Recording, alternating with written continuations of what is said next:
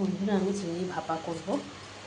এই যে মাছগুলো ভেজে নিয়েছি, আমি কাঁচা মাছ খেতে পারছি না, গন্ধ লাগছে মনে হচ্ছে, আবার জানি না। এই কটা মাছ ভালো করে ভেজে নিয়েছি। এর উপরে আমি এই যে সর্ষে বাটা দিয়ে দেবো।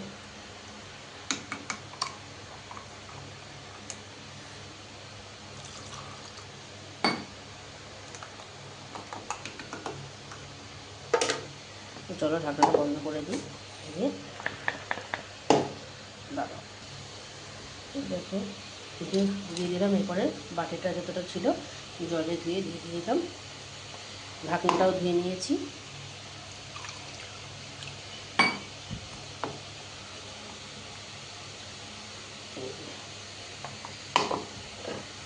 মামা আমি দুটো ভাজা তুলে রাখলাম, আমি একটা খেলাম। এই যে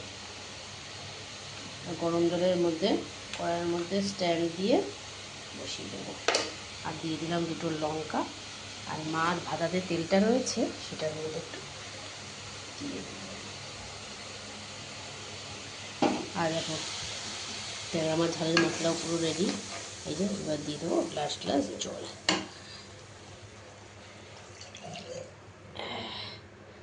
জল আর একটু নিয়ে নিই। দেখো এই যে অনেকটা জল দিয়ে দিলাম, অনেকগুলো মাছ রয়েছে।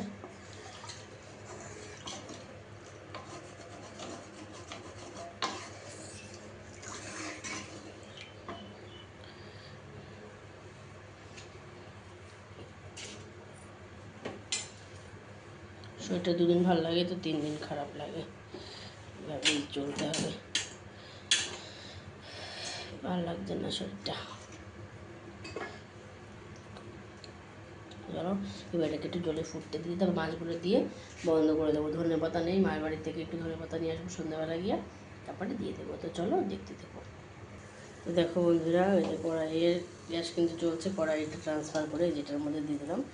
এই ফ্রাইং প্যানে দিয়ে দিয়েছি, এই যে দেখতে পাচ্ছ, এর মধ্যে কিন্তু আমি এটা দিয়ে দিয়েছি। তো চলো এর মধ্যে ফটাফট জল দিয়ে দিই।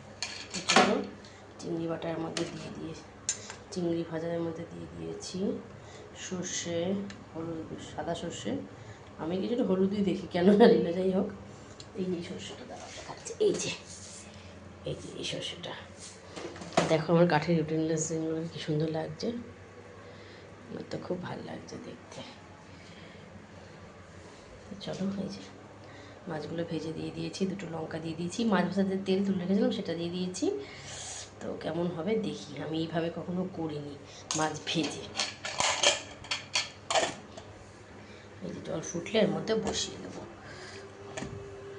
নাকি আগে থেকেই বসিয়ে দিই, ফোটাফুটি দরকার নেই, এইরকম থাক। তো চলো ঢেকে দিই। তো বন্ধুরা এই যে বড় আমি ঢাকনা দিয়ে ঢেকে দিয়েছি থালা দিয়ে। এটাও হচ্ছে, দেখি এটা ঝোল ফুটছে কিনা, যা গরম না, এই যে ঝোল ফুটছে। তো চলো ওর মধ্যে মাছগুলো দিয়ে দিই।